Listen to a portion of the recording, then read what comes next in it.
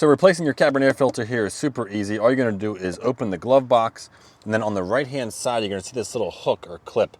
Go ahead and just pull it off.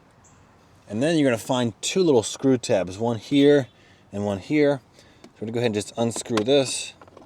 You can see that pops out, set that down. Go ahead and grab this one up here. Screw that, that pops out. And now your glove box drops down. You can see here we have, this is where our cabin air filter actually goes.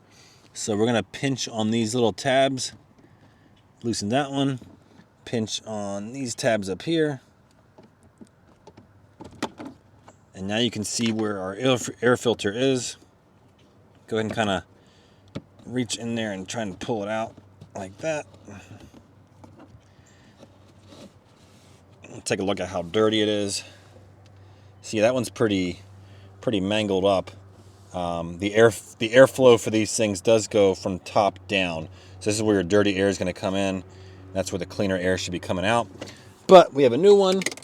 So what we're going to do is line up, make sure our arrow here is pointing down, which it is. And we'll go ahead and insert that in.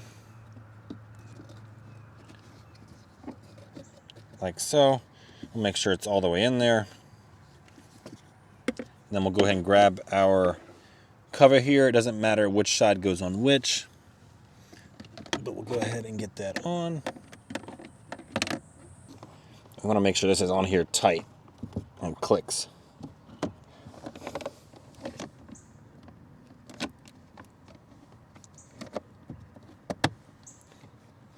There we go.